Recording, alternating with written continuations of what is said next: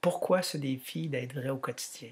Parce que je suis convaincu que c'est la seule façon de vivre sa vie de façon gratifiante. Tout d'abord, c'est quoi que je veux dire par être vrai? Ça peut être une question même qui peut être difficile à répondre. Pourquoi? Parce que on est rarement vrai et on ne s'en rend pas compte. D'ailleurs, on est inconscient. Puis moi, je peux vous dire, dans ma vie adulte, j'ai le sentiment d'avoir été endormi pendant un bon bout de temps. Je faisais beaucoup, mais j'étais pas bien. Et pour moi, maintenant, c'est un signe clair que je n'étais pas vrai. Être vrai, là, c'est être bien parce qu'on est en harmonie avec qui on est puis avec ce qu'on vit.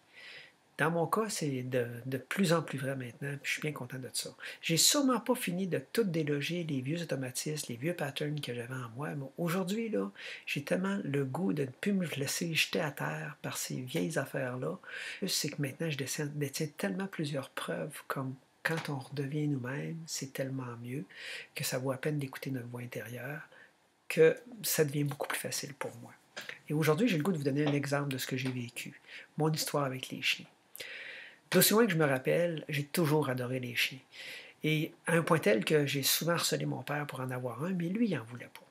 Puis finalement, à force d'essayer, jeune ado, mon père m'a finalement, OK, tu vas en avoir un, mais à mes conditions, puis il va falloir qu'il soit propre, que tu t'en occupes tout le temps, etc.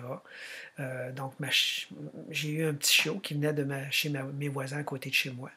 Et ça n'a pas été long, je l'ai adoré. Je me suis vraiment attaché à cette chienne-là. Et sans crier en gare, un jour, mon père, quand je reviens de l'école, il me dit bon, ben, j'ai décidé de donner ton chien à un couple, ils viennent le chercher après le souper. Il m'aurait donné un coup de couteau en plein cœur, puis je pense que ça aurait fait la même affaire. Ça a vraiment fait mal. Et il fallait que je sois raisonnable, que je comprenne, puis la décision était prise, c'est tout. Alors, ces gens-là sont venus, sont venus chercher ma chienne, j'ai regardé ma chienne partir sans dire un mot, sans faire aucune réaction.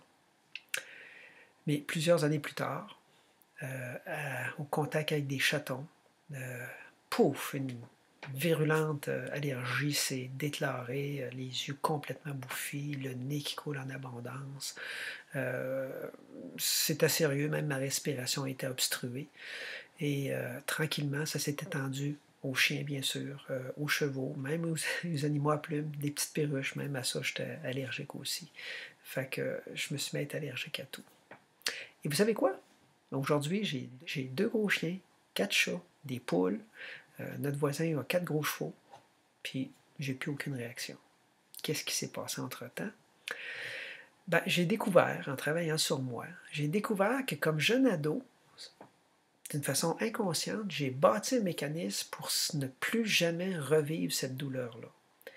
Et pourquoi pas être allergique? En étant allergique, je ne peux plus en avoir. En ne pouvant plus en avoir, je ne peux plus vivre la séparation.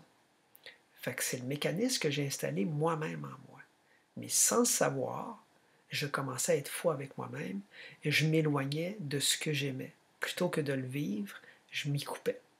Alors, vous voyez un petit peu vers où ça nous dirige. Ça me dirige à l'opposé de ce que je recherchais. Et ce qui est la bonne nouvelle là-dedans, c'est qu'il n'est jamais trop tard. Pourquoi? Parce que tout ça dépend de nous. C'est nous qui avons installé ça, mais c'est encore nous qui avons le moyen de le déloger, ce que j'ai réussi à faire. Et je vais vous en conter un peu plus dans une prochaine vidéo parce qu'à l'intérieur de cette histoire-là, il y a eu des beaux moments, puis j'ai le goût de les partager avec vous. Entre-temps, je vous souhaite de vivre votre vie de plus en plus pleinement, d'être vous-même dans votre vie. À bientôt.